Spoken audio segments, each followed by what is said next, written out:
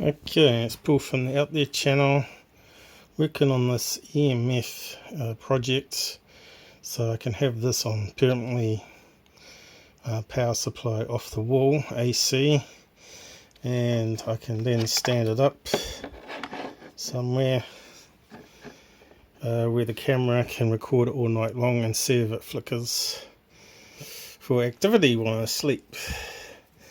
Now I've got my bag of connectors arrived today, 9 volts, ones with bare cables and others with a DC plug on the end. So I thought I'd use a cable that I've salvaged from a dead power adapter.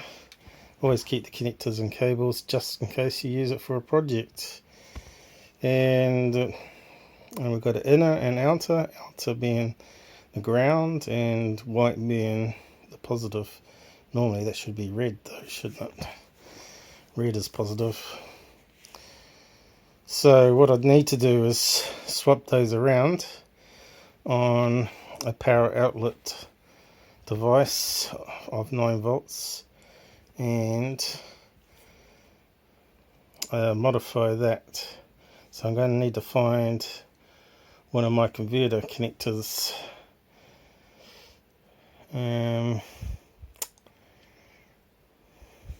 because I've got one of these here. It's called a Decoy PD, which you can tap off there with screws. Makes it really easy, no soldering. And connected to a USB-C cable, USB cable going to a 5 volt PD thing like that. And there's another one that hasn't got the screw ones on, but it's got another USB attached to it, big and small. So I bought various versions, and that's a voltage tester for USB, which I use, and we'll tune it for 9 volts. So that's where we're at. So I'll just plug that in there and tune it for 9 volts. I'll just pause. Okay.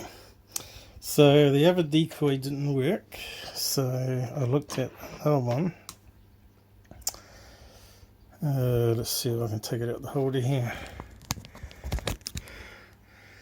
So I've got another one that uses USB, and I modified another cable. This has a DC plug, and I simply cut the cable in half and have one of these clever clamped together wires. You just hold down the end bit, it'll focus, and it makes the hole bigger. It just grabs hold of the wire, no screws needed. And I just simply flip the red around, as you can see on one of the outputs there. So it goes to the plug, and I've got an adapter here that makes a DC male into a female and allows you to connect that to the 9 volt device. And if we power it on, you can see it's all working just lovely. So no 9 volt batteries needed. I cut the quarter off there with a bit of plastic for the cables to come through in the corner. That easy. Instead of using a 9 volt battery, we now have it on 9 volts DC. And I've got the fan going here, and if I can hold it up to it,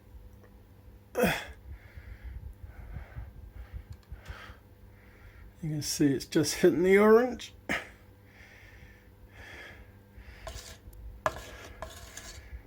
Picking up the electric field off the motor, and don't think the light does much. Gets it up to a third one. So if you ain't got the right, when the battery runs out, that light one turns off. So as we go near the computer, it probably should go up again.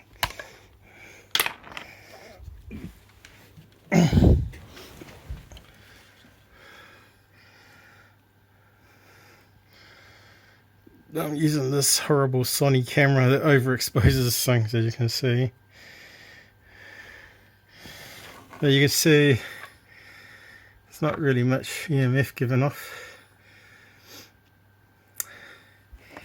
So there you go, using a PD Decoy 5V PD 3 power adapter, and it allows up to 5 amps, and various voltages that you program with the Decoy, which is normally a chip in the cable, right? The cables normally come with 5 volts normally defined, and if it's for a laptop it would be 15 volts to 20 volts.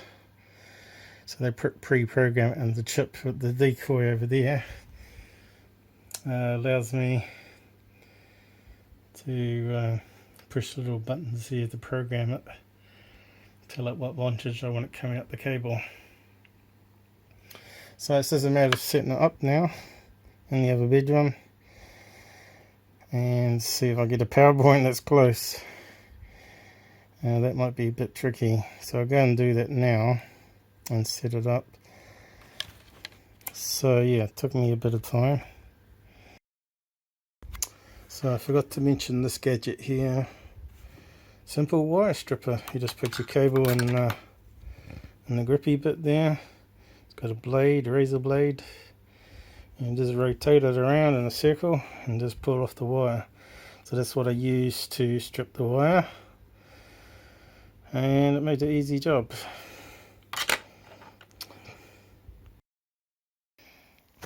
Okay, there's the PowerPoint with the stuff hanging up.